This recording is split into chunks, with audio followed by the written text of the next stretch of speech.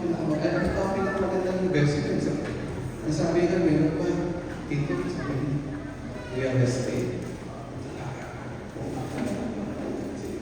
Usap kami. Tapos sabi, alam mo, lahat ng yan, pinag-uusapan natin ang maganda. Pero naman ba, gusto mong bigay ko sa'yo, ang susi sa pinakamagandang investment.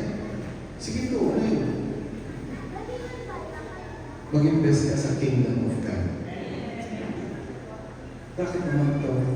Alam mo kung bakit? Kasi wala na tayo dito. Yung gawain ng Panginoon,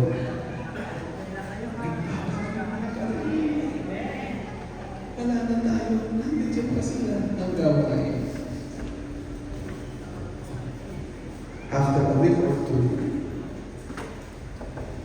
sabi niya sa akin, matapos ang usapan namin, ito, kakausapin ko na yung daddy ko. O bakit? Ano gagawin mo? Magpapastor na ako. Nag-decide yung pamangkin ko. After 2 weeks, nakakausapin niya yung tatay niya. Naman tayo. At 29.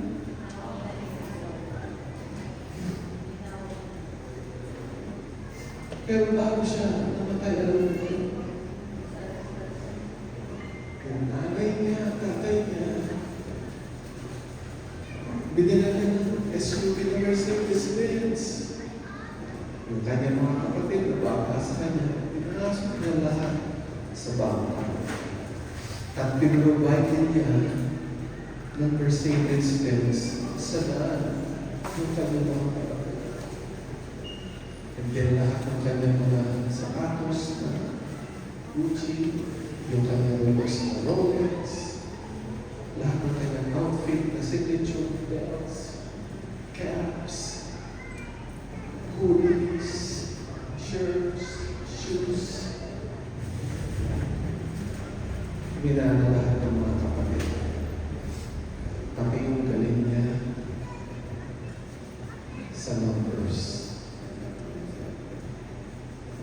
Yung aking kapatid, ang bayaw, ayun, papatuloy na lilipod sa Panginoon. Yung bayaw ko dapat 30% to live na lang yung nung pandemic. 30% to live. Ang nag-aalaga, alam mo sino? Yung pamangkin ko. Binubuhat niya yung skin and bones.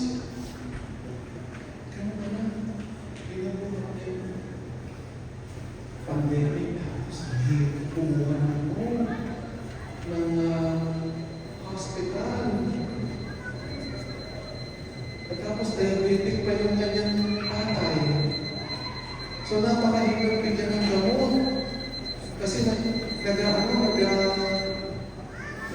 ng adverse effects yung mga gamot na pag-iinom at ilalagay sa kanya.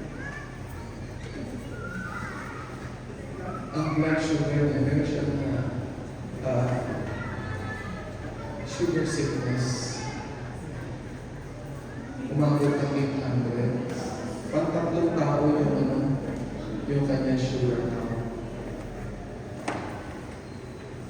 30% yun. Umiiyak na yung mga anak. Tapos yung aking kapatid, umiiyak na rin. Sabi ko kapatid ko, pray tayo kayo, Lord. For miracle, pag-pray tayo. Sabi niya, let's pray for God's mercy. Sabi ko, alam mo, hindi na mercy ang kailangan natin. Sapagkat merciful ang Panginoon. Fresh as the morning, new as the sunrise. Ganyan ang mercy of God. So, okay na kailangan natin ay let's pray for a miracle. Nag-pray kami for a miracle. Yung tatay niya ngayon buhay. Pero siya, favored.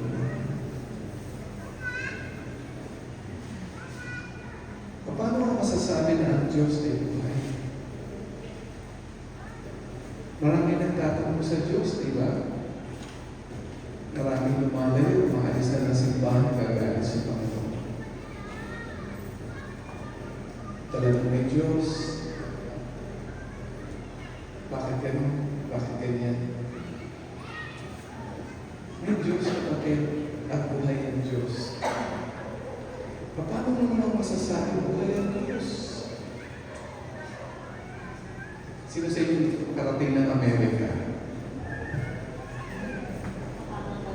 Saan niyo ba gusto makarating?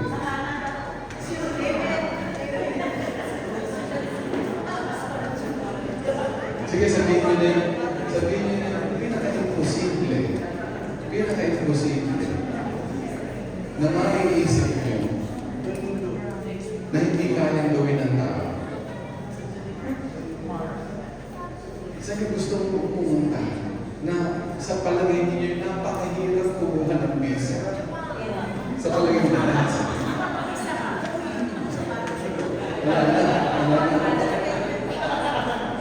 Alam niyo, ito sabi, may nagtanong na, Pre, sabi ka, kung ikaw ay magiging presidente, ano gagawin mo sa mga babae? Sige. Pre, sabi niya, pag ako naging presidente, ang gagawin ko sa mga babae, ipadadala ko sa Iran. Bakit naman? Kasi ang mga babae, hindi nagpapatalo yan.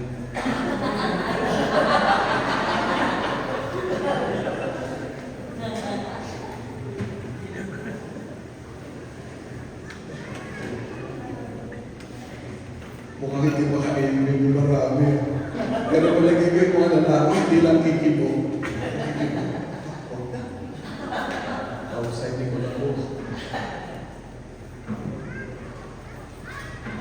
Yung isang kapatid, napakahirap kumuha ng visa sa Amerika, di ba? Sino naniniwala? Mahirap. Mahirap pa. Mahirap kumuha, di ba? Meron kang mahirap kay Lord.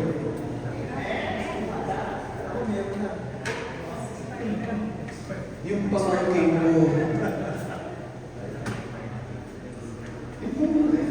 binata mo, kasama pa yung girlfriend. Ito ay ang Panginoon ay sumasagot sa panalangin. Paano mo masasabi na ang Diyos ay buhay? Kasi siya ay sumasagot.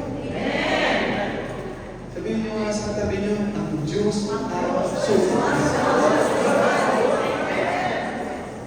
Kaya buhay siya.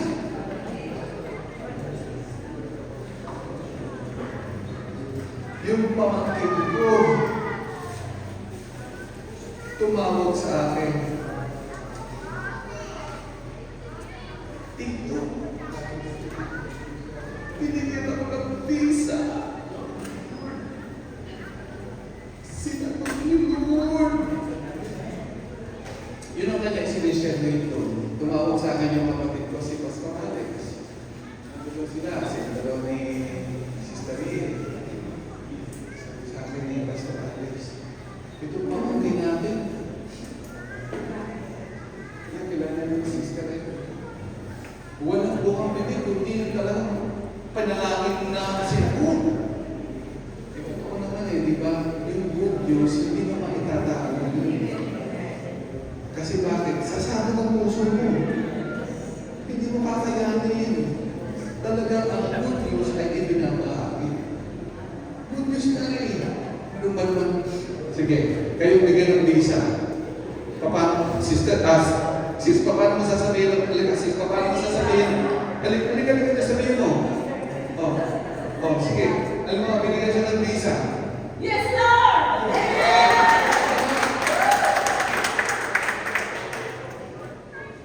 Hindi mo naman pwedeng sabihin. Umiyak. Hindi pwedeng.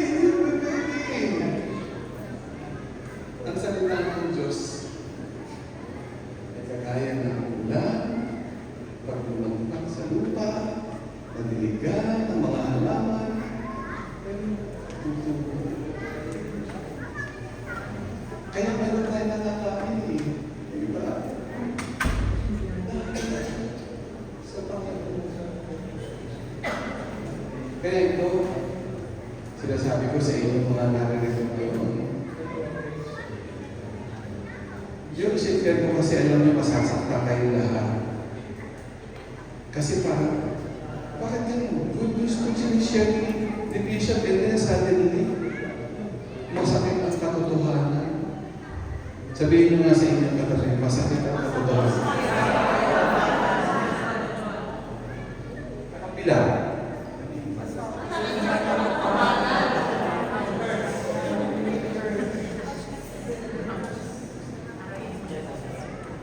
Doon sa pinuntahan namin sa Kasaya, tumayo yung isa. Sabi ko na, ang totoo niyan siya, na ngayon ay nagdiriwang. Nangangalabit yan. Nabi ko sa tawag. Siyempre, ano sa palagay niyo kung halimbawa may nagsabing siya ay nangangalabit, paano ang gagawin niyo? Di ba?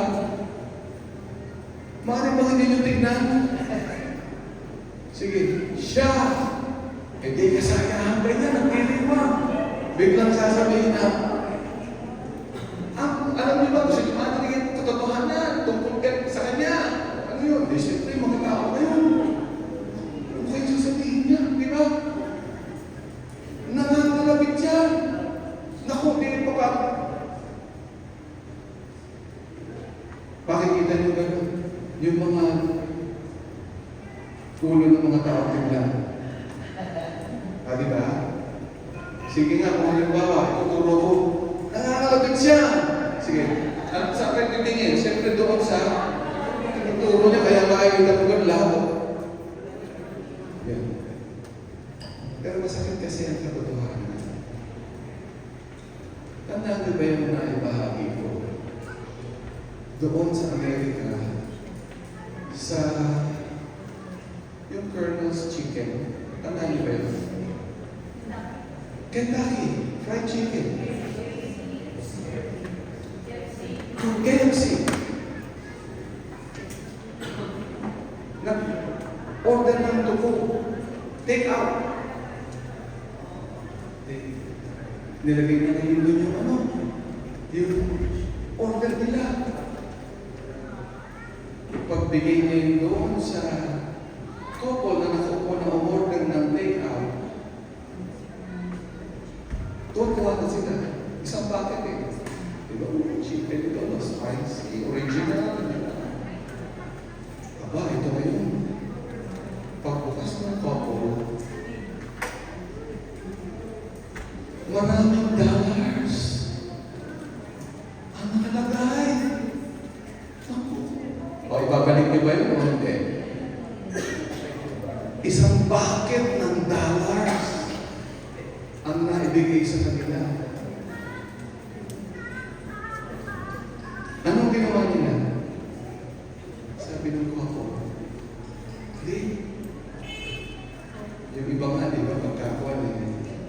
Sobrang sukle. Ibabalik mo ba? Sobrang sukle sa iyo. Ha? Sino magbabalik ng sobrang sukle? Tulog yun. Eh kung wala nakakakita. Diba? Ibabalik mo pa ba? Eh hindi naman ikaw nagkamali.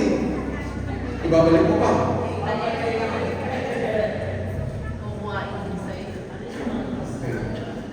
Yung isang bucket ng dollars, ibinalik nila. Sabi ng halos maglumod sa'yo. Bakit ako kung natanggal dito? Ito po yung sales namin ng nakaraan pa. Sabi ganun nito, Sir, ma'am, pwede po bang kuna namin kayo ng picture na dalawa? Ilalagay po namin dito na kayo yung mga taong honest. Sa mga kamantangan, honest.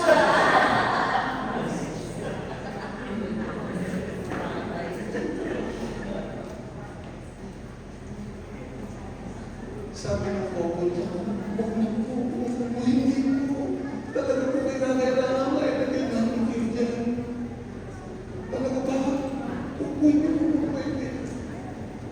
Teka muna sa talit, makausap lang kita. Manager, yung kasama ko, hindi ko po talaga asawa.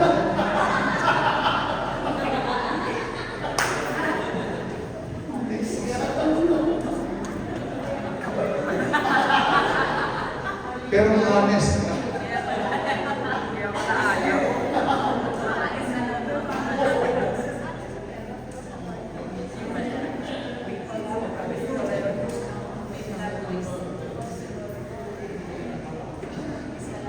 Masakit ang katotohanan.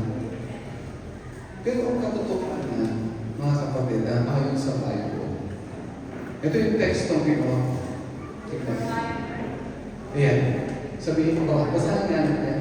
For I am already being poured out like a drink offering, and the time for my departure is near. Ito ay isang metaphor. Metaphor na pinapakita dito yung mga bagay-bagay na mahirap na isubo sa buhay. Ito yung pinapakita na meron tayong daranasin sa ating paglilingkod na ay mahihirapan. Sapagat ang pinto ng kaligtasan ay ano? Makikid. Pero ang pintuan ng kapahamakan ay malabo. Ibig sabihin talagang marami kang i-give up. Merong literal na pintuan sa Middle East na ang kakasya lamang ay yung regular na katawan.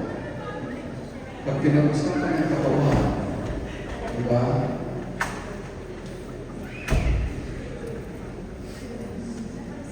Kaya natin mabuti pa ang kamelyo na pumasok sa butas ng karayyo kaysa sa mayaman na pumasok sa kaharian ng Diyos. Ganun ka rin posible. Dahil marami kang baggage na dala-dala. So, kinakailangan talaga i-give up. So, marami i-give up din. Sa pagiging Kristiyano, kaya nga sa ating 5 W's, nandoon yung New Testament aims of the church na ibabaptize sila in the name of the Father, and of the Son, and of the Holy Spirit. Ito ay matapos na ma-win sila, diba? Tapos maturuan, ay paliwanag sa kanila ang 3 grades. Ano yung 3 grades na yan? Kasi meron GC, GC, GC. Ano ito? Great Commandment, Great Commission, at ano yung pangatlo?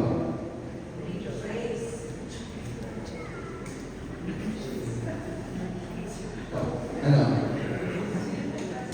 Isang KFC.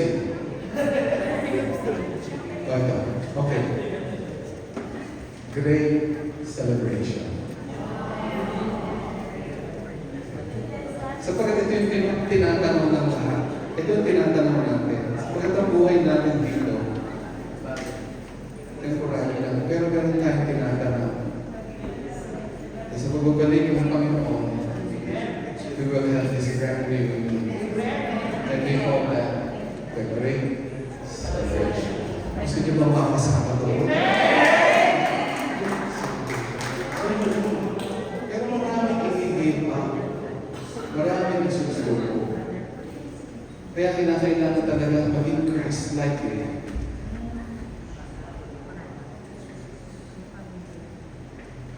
Yung maramo, mababago mo bang maramo? Yung kulay ng zebra, kaya mo bang baguhin?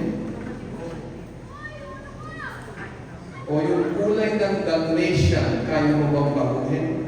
Tanong nyo sa ating katabi, kaya mo bang baguhin?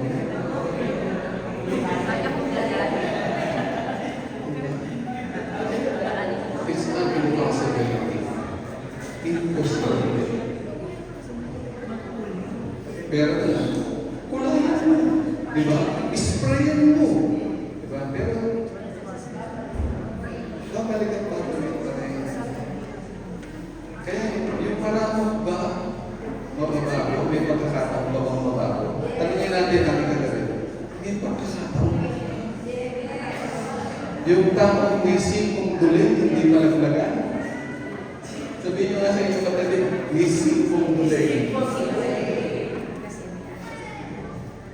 Simple na nga lang, dispalinghado pa. So, hindi mo magagastos, di ba? Pero alam niyo kay Lord, Philippians 4:13, babalik tayo, di ba? I can do all things through Christ who gives me. Marami tayong nakita na kung paano ang Espiritu Santo ang salita ng Diyos. Kasi ito yun di ba? Puro tayo dumi ang ating puso. Pero ang salita ng Diyos parang tubig yan. Yung addiction na punong-puno ng dumi, patuloy lang buhusan ng tubig. Anong nangyayari ko sa maruming tubig na pag binuhusan mo ng malinis na tubig, ang salita ng ating Panginoon Diyos. Yung picture na yun,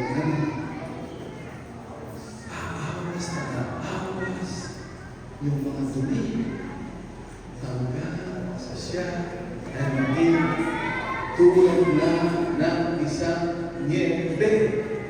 Diba? Yung stone. Isaiah, diba? Kasama-sama ng tao. Kaya sa Panginoon Diyos, ito na, para sa isang nasa Panginoon,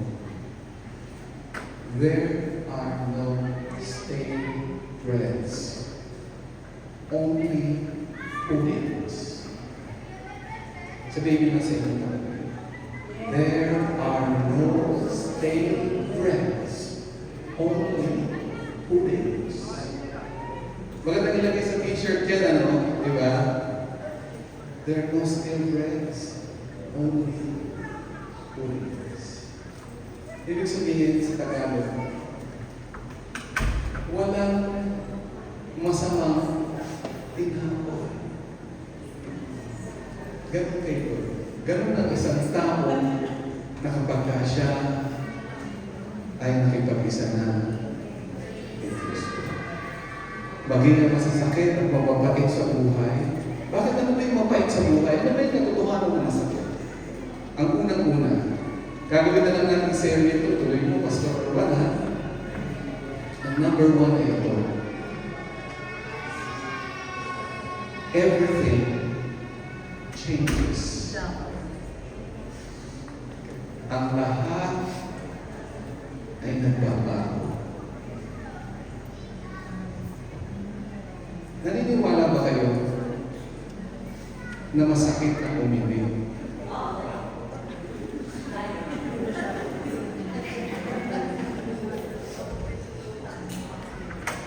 Sabihin mo na, masakit ang umibig. Parang masaya.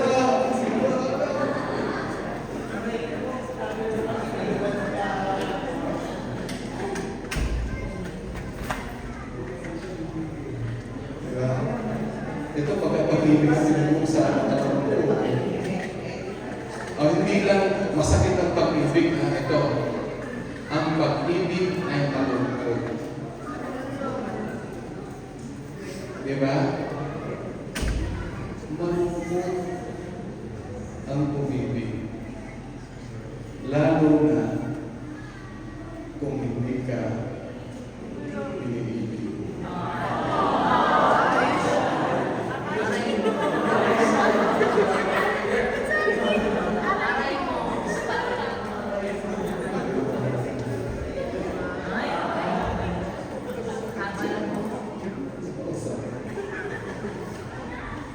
Sakit ko ni Eddie.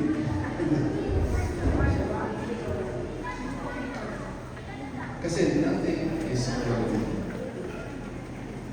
Sabihin mo nga sa inyo, nothing is permanent.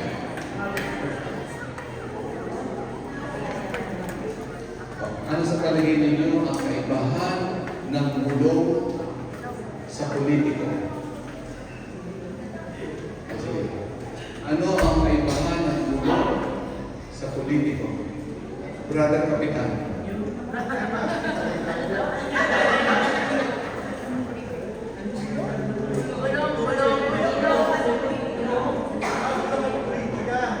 Sa politiko, ano ang kaibahan ng bulong? Okay. Pwede rin. Sige, espiritu. Espiritu. Eugene.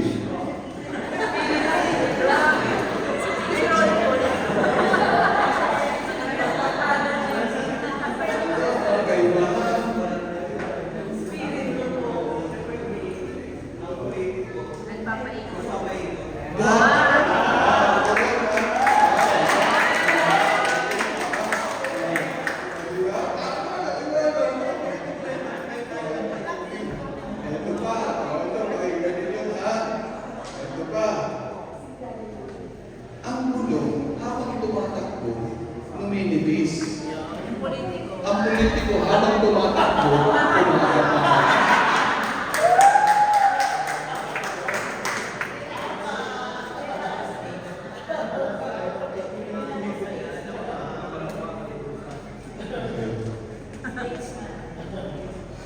Ano pa, talagang masakit sa buhay ay there are no permanent friends, no permanent enemies. Diba? Ganyan ang mga politiko eh. Only interests and ambitions. Meron mga tinatawag na consumer lawyers and consumer doctors. Sabihin niyo sa inyong katabi, consumer lawyers,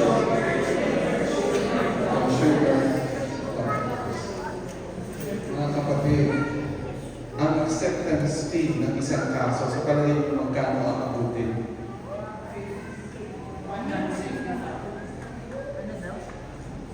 Outright, isang maliit na kaso, 75,000. Pero pa yung pagka-attend doon sa hearing, 10,000. Yung gagawa ng papel, 5,000.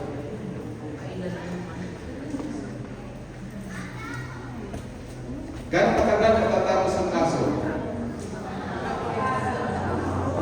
Hindi matatapos.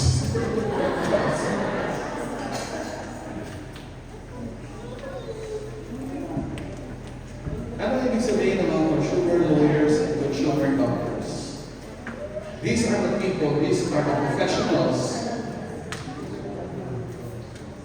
who are out there in the world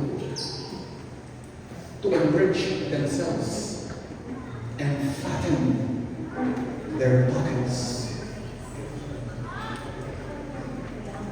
Yun, masakit eh. Diba? Kaya, pagka kailangan ng bagong sasakyan ng isang doktor, anong gagawin sa pasyente? Natamihan ng kaso. Kailangan operahan.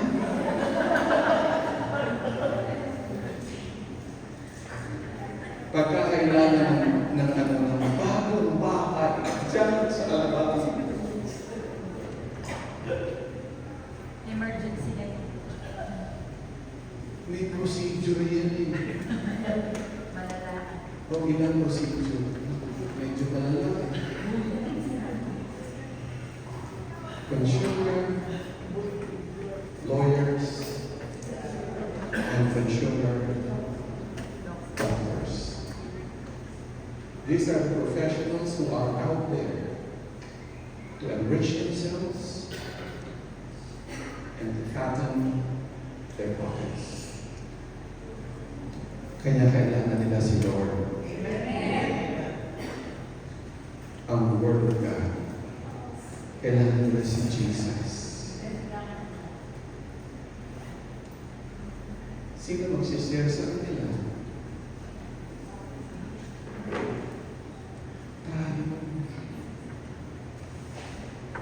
kailan natin isi-share? Ngayon na. Ito'y bahagi ng bawat isa. Tayo ang gagawin beacon of light or beacon of hope, rather, ng mga tao pinakailangan ng ilang. Masakit man, pero kagaya na ng halaman, kinakailangan ng pruning. Ang katotohanan ay parang isang operasyon. Kinakailangan ang sakit tanggalin yung kalyo o corn sa paa. Ang bukol, ang tumor, kailangan talisin. Operasyon. Pero pagkatapos ng operasyon, kagaling na. Maraming hihigil pa. Si San Pablo, mayaman tao. Si San Pablo, matalimong tao. Mataas ang tukulin sa gobyerno. Pero ang lahat ng yun, kinibat. Just so he would learn to know Jesus. Sabagat si Jesus ang hininga ng ating buhay. Kung wala si Jesus, wala buhay. Kaya mga kapatid, masakit man. Ang susi para mawala ang sakit, eh tanggapin natin si Jesus. Kasi siya ang sagot, kagalingan, kalulasan sa anumang problema meron tayo kinaharap. Name the names, and He is above those names. Sakit ba? Sakit ng ulo? Sakit ng tiyan? Sakit ng ngipin? Sakit ng bulsa? Anong sakit? Diyan ka. Tatanungin ko kayo. Sa palagay ninyo, sino ang pinakamaligaya mag-asawa sa buong mundo? Sino? Si Adan at saka si Eva. Bakit? Wala silang pera.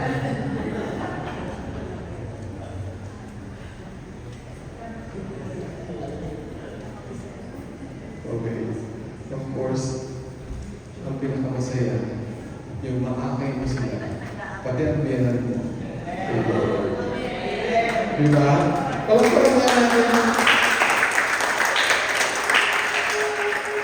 Remember, there are no steroids, only holiness. In Jesus' name we pray.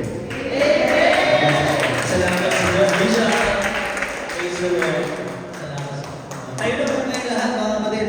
Alam niyo yung sinasabi ng ating Bishop, napakagandang paalala sa atin, even with our reference po in Ecclesiastes 12. Sa atin pong pakikinig ng salita ng Panginoon, ano nga ba itong magandang balita?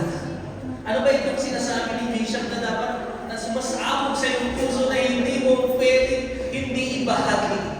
At ito yung babahagi natin sa bawat isa. Sabi doon, lahat nagbabago. Ang tao nagbabago, ang panahon ay nagbabago, pero merong isa na hindi nagbabago. Ang salita ng Diyos ay mananatili magpakailanman. Amen! But before we hear the good news, kailangan natin maintindihan ng balance. Wala sa atin ang makakapasok sa kaharian ng Diyos sa langit. Kahit na tayo ang pinakamabait na magulang, kahit na tayo ang pinakamabait na anak na pagbigay, wala sa atin. Kahit na tayo pa ang nangangaral ng salita ng Diyos, kahit tayo pa ang pinakamalaki ang binigay, sapagkat lahat tayo ay may problema. Meron tayong sakit na hindi kayang lunasan ng kahit sinong doktor. Ang sakit na ito ay ang kasalanan. At ang kabayaran ng kasalanan ay kamatayan. Walang hanggan na paghihiwalay sa Diyos na lumikha sa atin. Pero hindi natatapos ang magandang balita. Tayo ay sobrang iniibig ng Diyos na sa Kanyang pagmamahal sa atin. Ayaw niya na ang tao ay masunog sa dagat-dagatang apoy. Bumaba siya dito sa lupa. Ang Diyos ay nagkatawang tao na buhay kasama natin. At sa Kanyang buhay na perpekto, siya ay namatay na tulad ng isang makasalanan. Na nagpapakita ng halaga ng buhay mo ng buhay. Mahalaga ka sa Diyos sapagkat may namatay para sa iyo. Walang iba kundi si Jesus. Siya'y namatay sa krus para sa ating kasalanan. Siya ay inilibing, pero ang magandang balita, noong ikatlong araw, siya ay muling nabuhay at nabubuhay para kailangan. Ito yung pag-asa natin, na tayo ay makakasama sa Panginoong GC. Hindi lamang ang Great Commission, hindi lamang ang Great Commandment, tayo ay makakasama in this great celebration in heaven, in eternity, because there is a way, the way, the truth, and the life, no other than the Lord Jesus Christ. Ang kailangan lang natin gawin, alam niyo kung ano? Pagsisihan natin ang ating kasalanan sa mampalataya tayo kay Jesus. Sino rito naniniwala ka na kailangan mo ng tagapagligtas? Sino rito inaamin mo na ito ay isang makasalanan? Taas kamay. Sino rito inaamin mo na ang pagkukulang sa Diyos? Kapatid, ang magandang balita, may nagbayad na ng kasalanan natin. Ang parusa na para sa atin ay matanggap na kung siya'y namatay sa krus. Taas natin ang ating mga kamay at sabay tayong manalangin, kapatid. Ito ay iyong personal na desisyon na aminin mo, na tanggapin mo sa buhay mo si Jesus bilang Panginoon at tagapagligtas. Habang nakataas mo ang kamay natin, kapatid, kita ka ng Panginoon ngayon at sinasabi niya sa iyo na mahal ka niya. At sa kanyang pagmamahal sa iyo, isinubo niya ang kanyang anak. Ikaw ang dapat pag-usahan, pero ang pinarusahan ng kanyang nag-iisang anak at binayaran ng kanyang kasalanan. Lumapit tayo sa kanya sa panalangin at paghingi ng tawad. Galing sa puso, kapatid. Buksan mo yung bibig mo, manalangin ka, sabihin mo, Panginoon Jesus, kailangan kita sa buhay. Panginoon, inaamin mo. Ako'y isang makasalanan. Patawarin po ninyo ako. Pinagsisisihan mo na ang lahat. Pinupuksan mo ang puso ko. Tinatanggap kita sa aking buhay. Bilang Panginoon at tagapagligtas.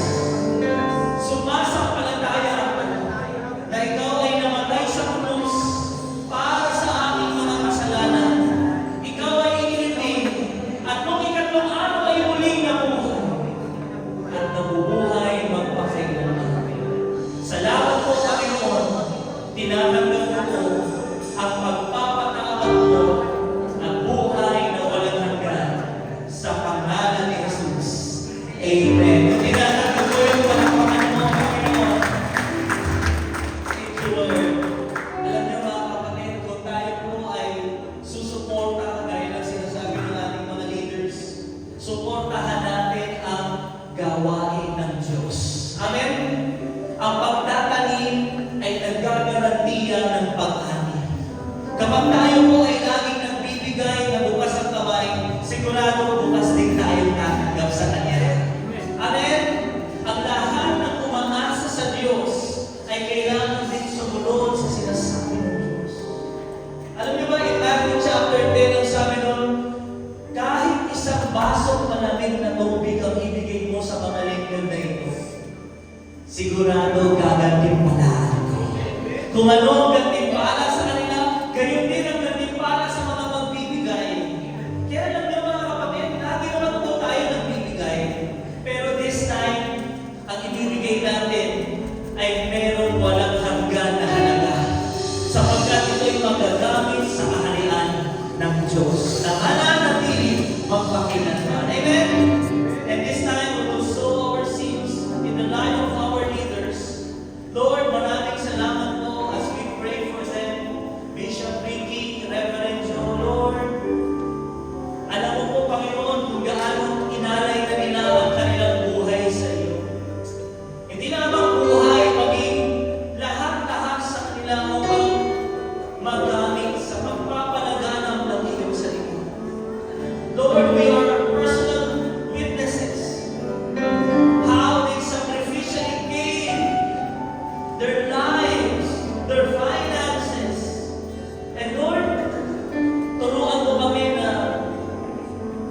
to follow this wonderful example, to be givers in the kingdom, to be selfless and honor Christ even in our finances. Lord, higit pa to sa malamig na isang basong tubig. Alam namin na lahat ng aming itatanim ibibigay may kapalit na gantimpala. Kapag bigaya, Lord, hindi ka namin kayang talunin. Laging mas malaki ang ibinibigay mo kaysa sa ibinibigay namin. At kung babalikan namin, wala naman kaming maibibigay kung hindi mo kami binigyan. Kaya Lord, unang-una, binigay mo sa amin ang buhay na walang hanggan. Kaya Panginoon, tanggapin mo, maging pagpapala ito sa aming mga leaders upang magamit nila sa kanilang pamumuhay, sa kanilang paghahayag ng iyong salita, sa paghahayo, upang marami pang kaluluwa ang makarinig ng magandang balita. Salamat po, Panginoon, pagpalain mo ang bawat kamay, ang bawat binhi na narito.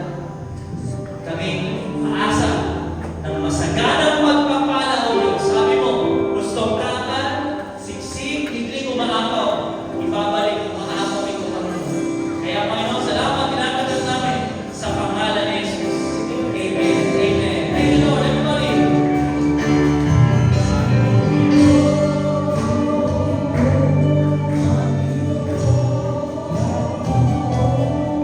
Pasasalamat ang loob sa iyo. Ay, Panginoon. Salamat, Panginoon.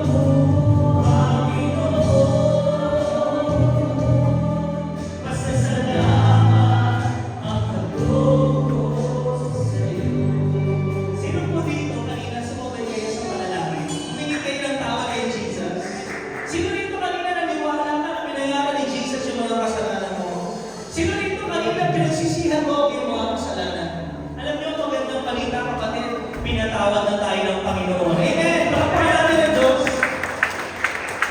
At sa mga oras na ito, binibigyan tayo ng Diyos ng panibagong simula.